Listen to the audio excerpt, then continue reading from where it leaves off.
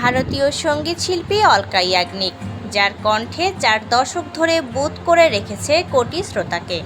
দীর্ঘ সঙ্গীত সাধনার স্বীকৃতিস্বরূপ এবার ভারতের অন্যতম সর্বোচ্চ বেসামরিক সম্মাননা পদ্মভূষণে ভূষিত হয়েছেন এই কিংবদন্তি গায়িকা।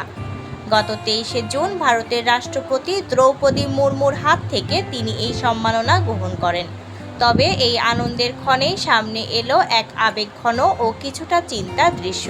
পুরস্কার নিতে যাওয়ার সময় 60 বছর বয়সী এই গায়িকার একটি ভিডিও সামাজিক যোগাযোগ মাধ্যমে দ্রুত ভাইরাল হয়, যেখানে দেখা যায় অলকা ইয়াগনিক ঠিকমতো হাঁটতে পারছেন না এবং মঞ্চে ওঠার জন্য তাকে অন্যের সাহায্য নিতে হচ্ছে।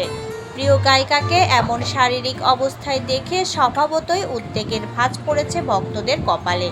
তবে কি আবারও গুরুতর অসুস্থ হয়ে পড়েছেন তিনি?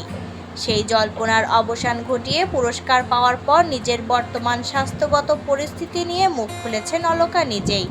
এক আবেগঘন বার্তায় তিনি জানান, শারীরিক অসুস্থতার কারণে গত 2 বছর ধরে তিনি মূলত প্রচারের আলো এবং ক্যামেরার আড়ালে ছিলেন।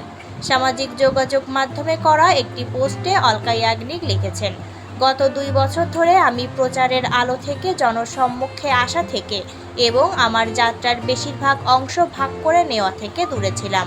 আপনাদের অনেকেই জানতেন যে আমি কঠিন অবস্থার মধ্য দিয়ে যাচ্ছি এবং এই পুরোটা সময় জুড়ে আপনাদের ভালোবাসা, প্রার্থনা, বার্তা এবং অবিচল সমর্থন প্রতিটি পদক্ষেপে আমার পাশে থেকেছে।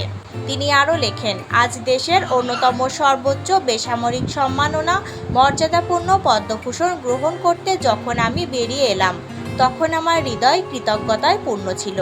এই সম্মান আমাকে গভীরভাবে বিনয়ী করেছে এবং যদিও এতে আমার নাম রয়েছে, এটি ঠিক ততটাই সেই সমস্ত শ্রোতাদেরও প্রাপ্য যারা আমার কণ্ঠকে তাদের জীবনে সাদরে গ্রহণ করেছেন, প্রজন্মের পর প্রজন্ম ধরে আমার গানকে বয়ে নিয়ে গেছেন এবং আমার সাফল্য ও প্রতিকূলতা উভয় সময়ে পাশে থেকেছেন।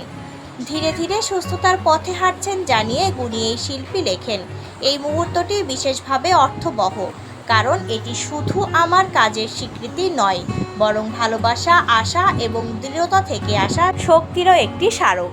আমি ধীরে ধীরে স্বাভাবিক জীবনে ফিরছি এবং আমি আজ এখানে থাকতে চেয়েছিলাম শুধু নিজের জন্য নয়, বরং আপনাদের প্রত্যেকের জন্য যারা এই যাত্রার অংশ ছিলেন।